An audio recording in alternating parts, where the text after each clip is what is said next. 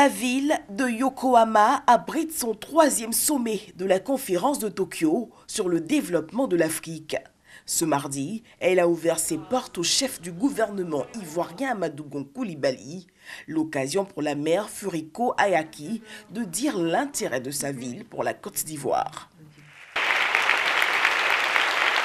Invité d'honneur de Yokohama, le chef du gouvernement a été appelé à présenter au pupitre de l'Assemblée générale la vision de la Côte d'Ivoire pour cette force de coopération.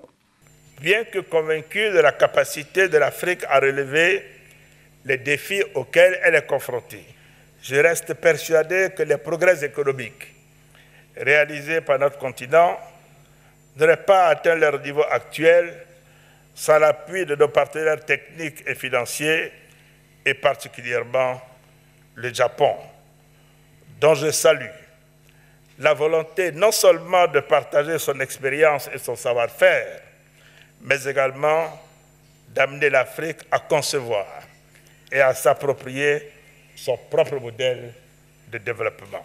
En avril 2018, la ville de Yokohama envoyait dans le district d'Abidjan une importante délégation d'hommes d'affaires en vue d'un partage d'expériences et de transfert de technologies en matière de résolution de problèmes urbains. Et le gouvernement en attend plus. Célébrant l'excellence des relations entre les deux pays, le chef du gouvernement a indiqué que le président ivoirien Alassane Ouattara prendrait part à la cérémonie d'intronisation de Sa Majesté Naruhito en qualité de nouvel empereur du Japon en octobre prochain.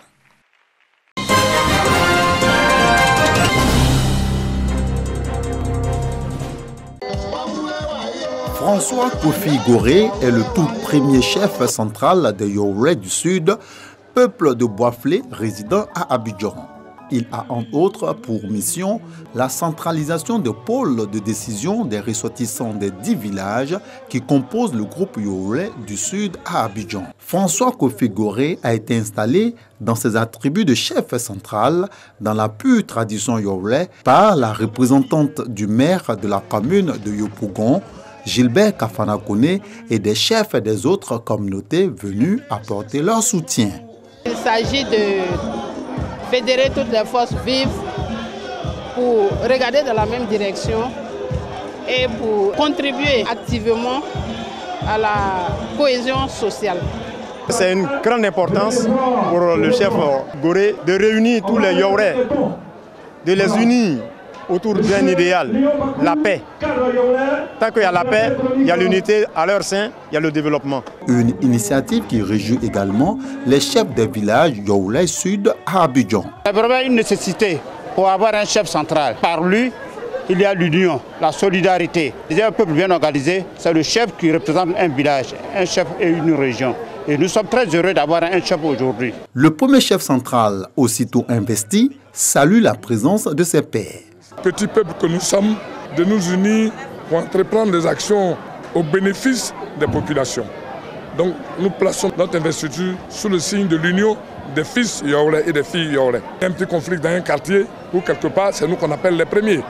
Donc nous allons travailler pour que la cohésion sociale revienne. Âgé de 64 ans, François Kofi Goré est cadre à la retraite, marié, père de 8 enfants.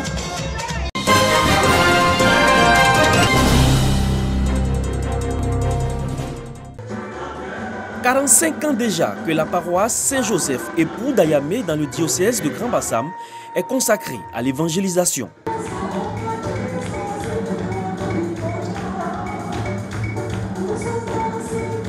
Pour marquer ce jubilé de vermeil, c'est à travers une messe d'action de grâce que les fidèles ont témoigné leur gratitude à Dieu. Dieu qui donne 45 ans à toute une paroisse, à des fidèles de célébrer. Je demande à Dieu de faire grandir ses fidèles afin que son Esprit Saint même nous habite toujours. Nous considérons que tout ça c'est autant de grâce pour la région. Toutes les prières sont les bienvenues. Il ne s'agit pas seulement de prières de catholiques, mais il s'agit de prières de toutes les confessions religieuses parce que finalement Dieu est un. Le célébrant Raymond Awa, évêque de Grand Bassam, a au cours de cette célébration invité les fidèles à rester unis pour la cause de l'Église. Dieu est là d'une façon silencieuse, d'une façon invisible. Et que Dieu ne recule pas, il va toujours de l'avant. Parfois, nous avons envie de lui imposer un rythme et des délais, mais il faut attendre que Dieu nous conduise. Ce n'est pas bon de précipiter les choses. Et je pense que l'histoire de cette paroisse nous l'a montré. Dieu a guidé les pas des missionnaires, malgré les difficultés de tout ça. Il y a eu des jeunes générations qui ont pris la relève. Aujourd'hui, nous avons 45 ans. Demain, peut-être, ça serait 50 ans, 75 ans, ainsi de suite. Dieu est à l'œuvre. Les fidèles qui ont consacré durant ces 45 ans leur vie à la paroisse ont reçu des distinctions. La stèle représentant Saint-Joseph a été dévoilée en présence du clergé et des fidèles.